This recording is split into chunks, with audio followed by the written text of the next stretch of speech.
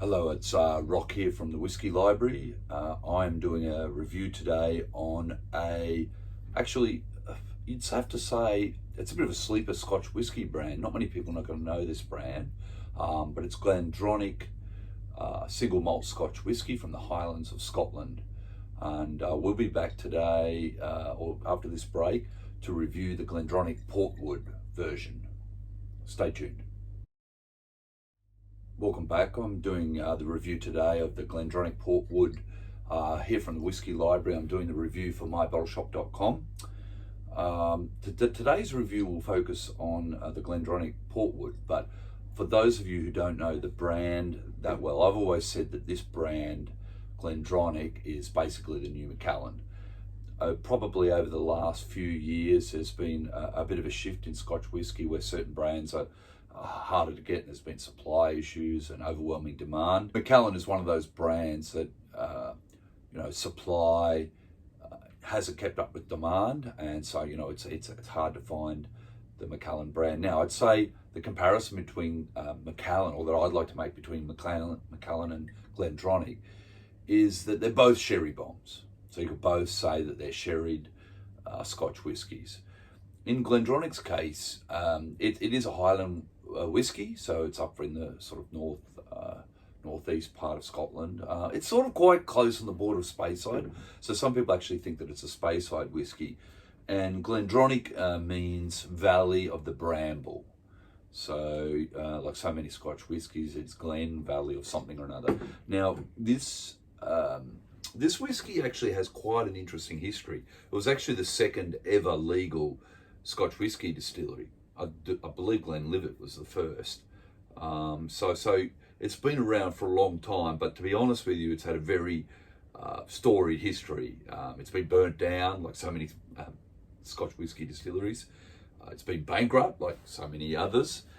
It's been through various different owners. In fact, it's been owned by the son of the founder of Glenfiddich. It's been owned by Teachers.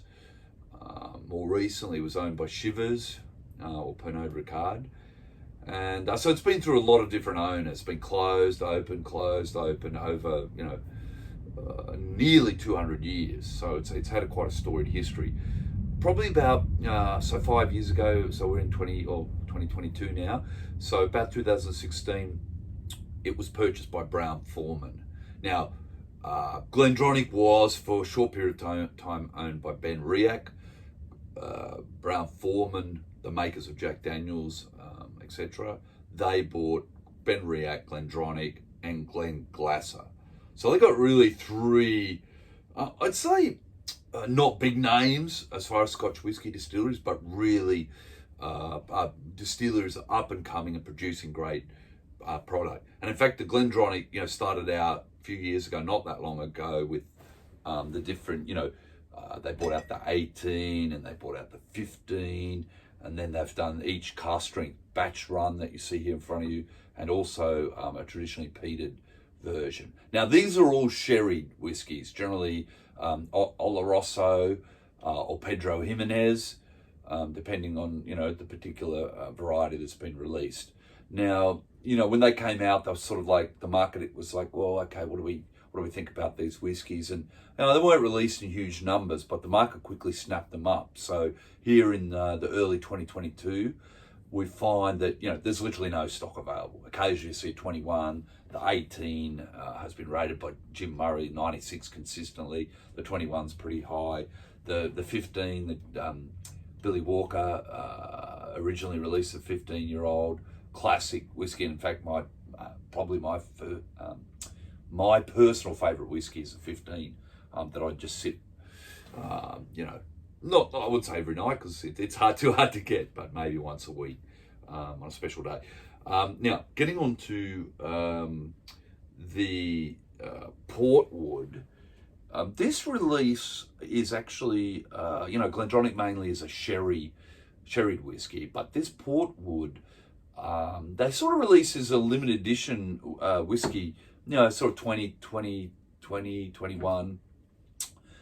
Just more recently, it's been available in slightly higher quantities, although you sort of get the feeling that at any time it could be sold out and disappear completely from the market. So my recommendation, irrespective of this review, is to go out and grab a bottle of this, particularly if you like sherry whiskies. This is, again, would be finish, Oloroso Pedro Jimenez in the normal sherry style, but it has the addition of Portuguese Portwood finish. So, I suppose you're having cherry and then port finishing. So let's pour this into the glass. I think just talking about dollar terms, this is probably, it's not an expensive whiskey, maybe 110, maybe 120 Australian dollars. So it's not too bad. Now I've made some notes down here of what I thought about the, I suppose, the tasting notes. The first thing, I'll just hold up to the camera here. This is a GlenCan.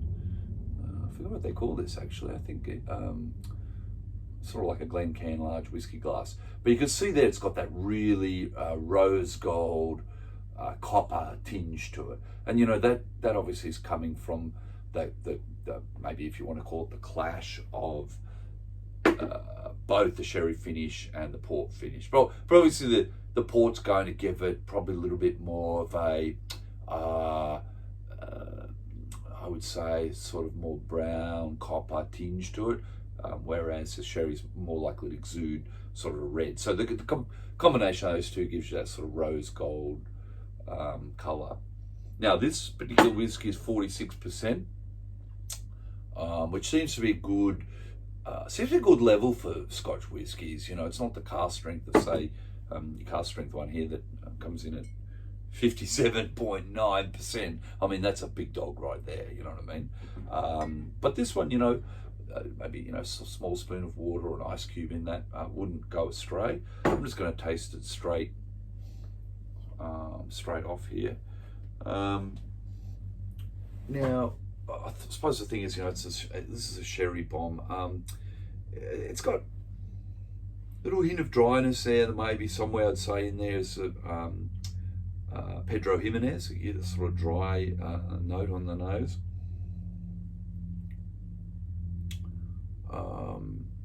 I'm getting sort of a fruit note there, maybe like a raspberry actually on the nose. Let's just give that a taste on the palate.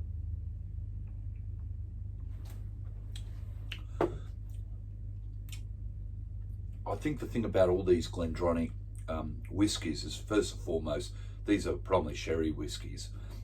So they're going to have that syrupy sweetness about them. If you like that style, these are perfect. Maybe not as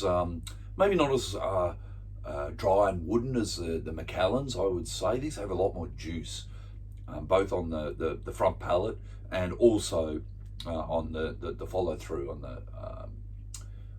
They've got that sort of really juicy fruit.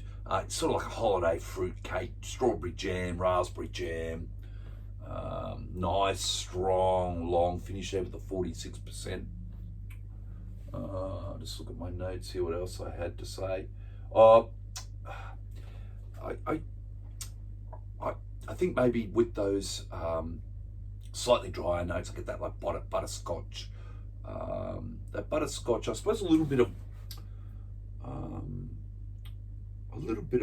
maple syrup in there as well. It's just a sort of syrupy, clinging coat on your mouth, on the outside, inside of your mouth, and also on the tongue there.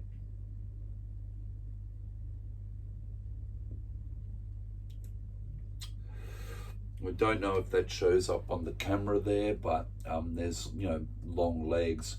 This is my nice new clean GlenCan glass here. There's nice long legs dripping all the way down the side of that glass there. So it's got that sort of oily texture to it, and you get that sort of oily, syrupy mouthfeel. Look, I think these are lovely. I know that Jim Murray in his Whiskey Bible has rated these depending on the year and the cask.